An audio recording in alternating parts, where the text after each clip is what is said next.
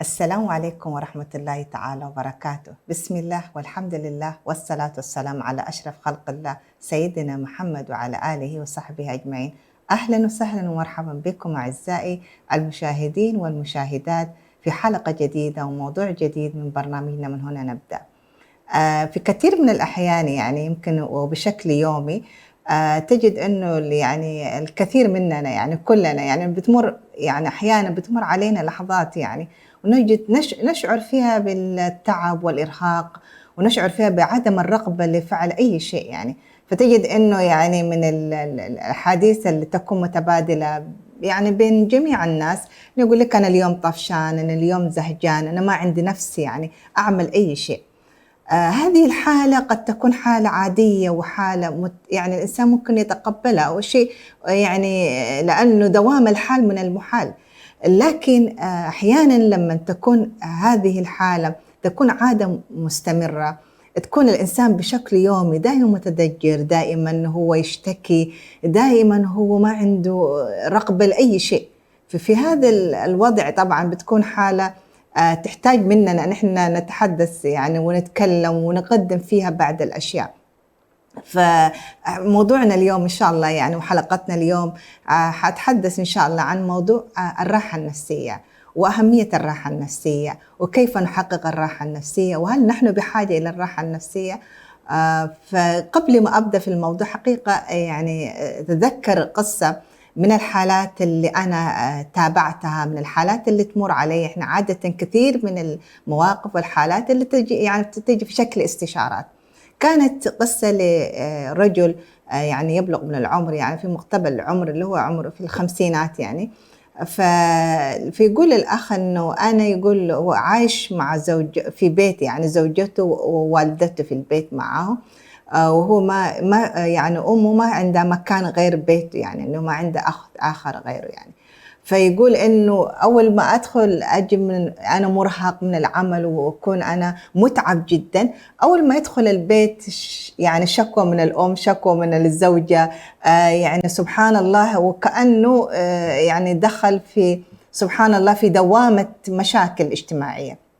فيقول إنه واحدة من الأشياء خلاص يعني أصبحت إنه يعني أعود من الدوام، أتفقد أحوال البيت، أحوال الجميع، واهرب يعني يهرب إلى المقهى، يهرب إلى الأصدقاء، يعني ما يأتي إلى البيت إلا نهاية يعني وقت النوم فقط.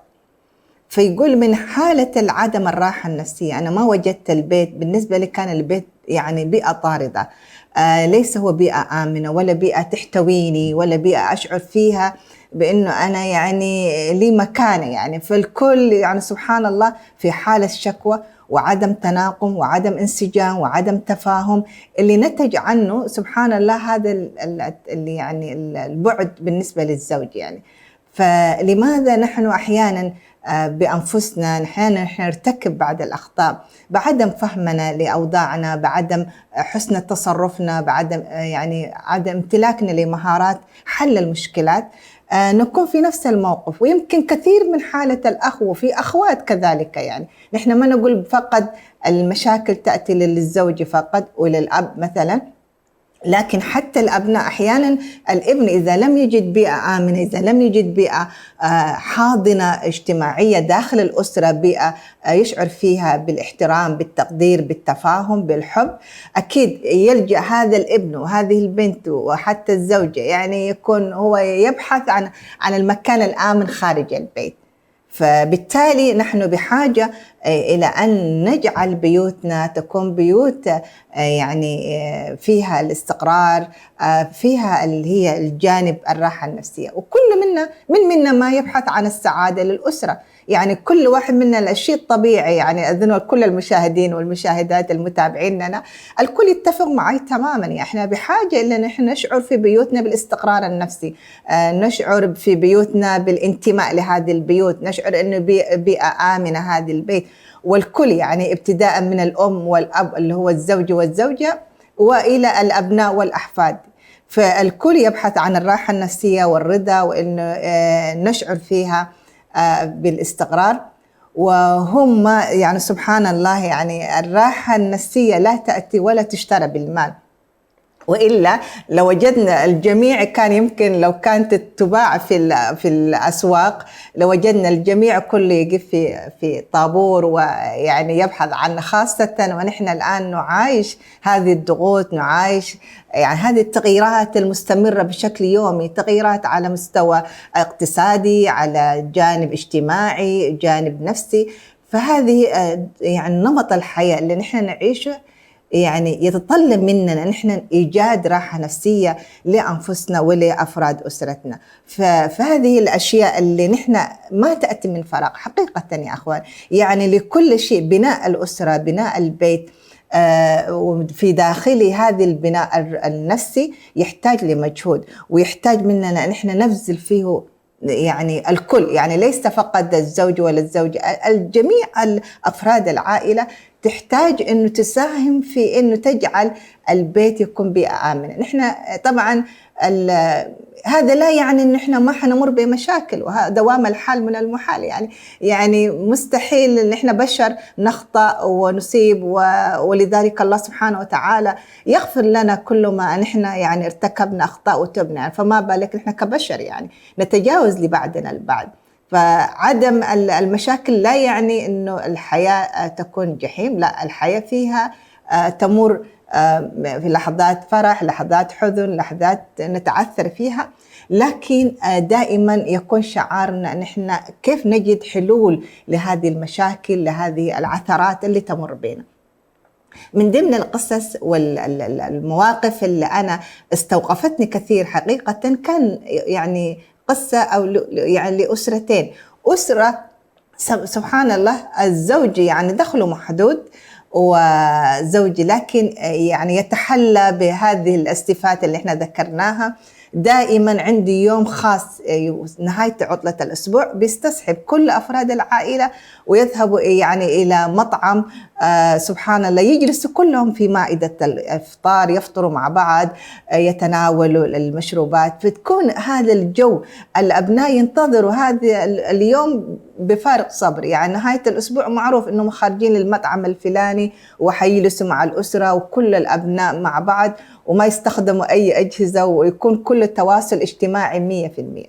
الآن نأتي بالمقابل في أسرة أخرى، يعني سبحان الله هذه الأسرة الزوج أو الأب دخله عالي جدا، هو يعني يحتل منصب عالي في وظيفة، ويعني وظيفة مرموقة في المجتمع، وعنده من كل وسائل الرفاهية في الحياتية. لكن سبحان الله تخيلوا يا أخواني، يعني الأب يأكل لوحده، الأبناء يأكلوا لوحدهم، الأسرة يعني تحسبهم جميعا قلوبهم شتى كما قال الله سبحانه وتعالى. هذه الأسرة كلها يعني كل واحد في غرفة، كل واحد في مكان. من الذي أوجد هذه البيئة؟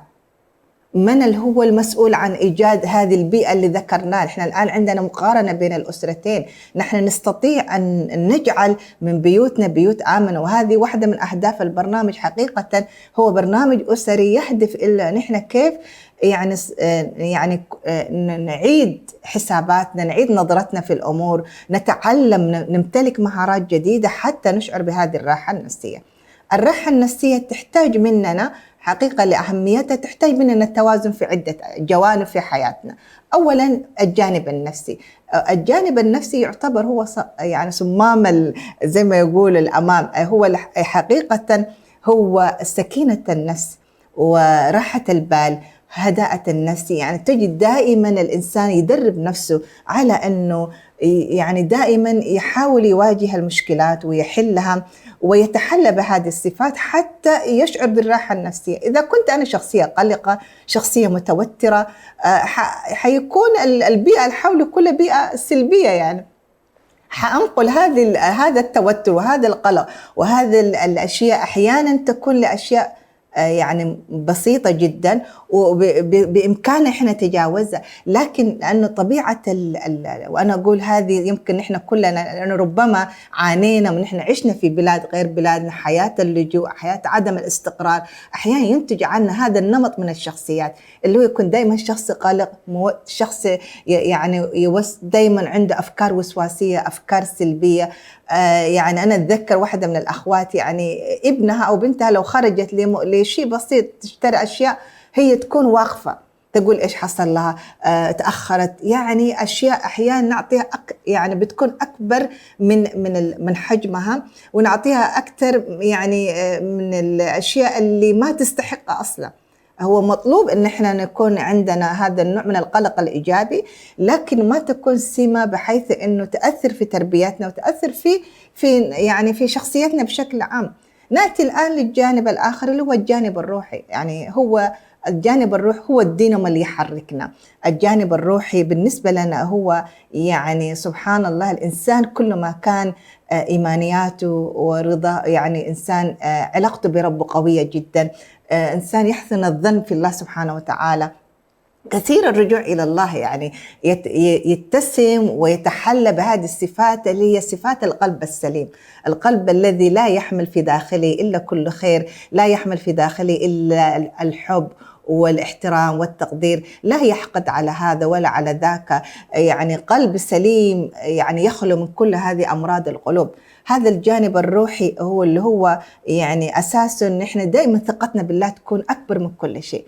يعني الله سبحانه وتعالى يقول في محكم تنزيله: وما أصاب من مصيبة في الأرض ولا في أنفسكم إلا في كتاب من قبل أن نبرأها إن ذلك على الله يسير. يعني سبحان الله، قمة الإيمان إنه كل شيء مكتوب مسطر. يعني كلنا يعني قد نبتلى وهذه سنة الحياة يعني، لكن كل شيء مكتوب حتى لا نتضجر.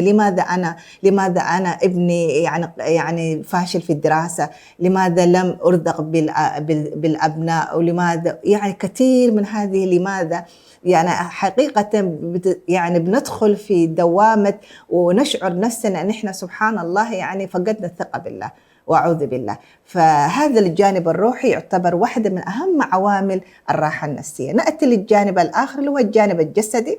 نحن بحاجة إلى نأخذ قسط كامل من الراحة والنوم والاسترخاء. نحن ما نجد أنفسنا، لابد أن نهتم بهذا الجانب حتى يكون في توازن. حقيقة إن لم يكن في توازن في كل شيء تصبح حياتنا معرضة لمشاكل كثيرة، اللي هي أحيانا عدم التوازن فيها يؤدي إلى التوتر، يؤدي إلى ويظهر في شكل أمراض عدوية، اللي هي بعض الأمراض اللي دائما احنا نذكرها في كثير من الحلقات. أمراض هي يعني منشأها الأصلي هو النفسي، لكن تظهر في شكل أمراض عدوية، اللي هي ضمن قرحة اللي هي اضطرابات الجهاز الهضمي، اللي هي القولون العصبي، الصداع النصفي وغيرها من الأمراض العدوية اللي تكون سببها الأساس هو مرض نفسي. نأتي للجانب الأخير اللي هو نختم به حلقتنا، والجانب الاجتماعي. نحن بحاجة إلى نحن نتعامل مع بيئة من حولنا، نتعامل مع أصدقائنا، نتعامل مع بداية بأسرتنا وأسرتنا الممتدة. هذا بيعطينا هي الدفء الاجتماعي، يعطينا التوافق الاجتماعي. وسبحان الله، الله سبحانه وتعالى في محكم تنزيله: إن الذين آمنوا وعملوا الصالحات سيجعل لهم يعني الرحمن ودا. يعني هذا الود، هذا الحب اللي ربنا سبحانه وتعالى يغرسه في قلوب البشر أو في قلوب من حولنا، ما أتى إلا نتيجة لهذه الراحة، ما أتى نتيجة إلا نحن توافقنا وتعاملنا مع البيئة من حولنا. ولذلك يعني أنا حقيقة يعني الرسالة موجهة لنفسي في قبل لأخواني وأخواتي المشاهدين. لابد أن نحن نكون ندع كل ما في وسعنا من أجل حياة آمنة مستقرة، من أجل تحقيق الراحة النفسية لنا ولأبنائنا وللمجتمع بأكمله. إن شاء الله نكمل حديثنا في الحلقة القادمة ونتحدث في وسائل لتحقيق الراحة النفسية. إلى أن نلقاكم نستودعكم الله، والسلام عليكم ورحمة الله تعالى وبركاته.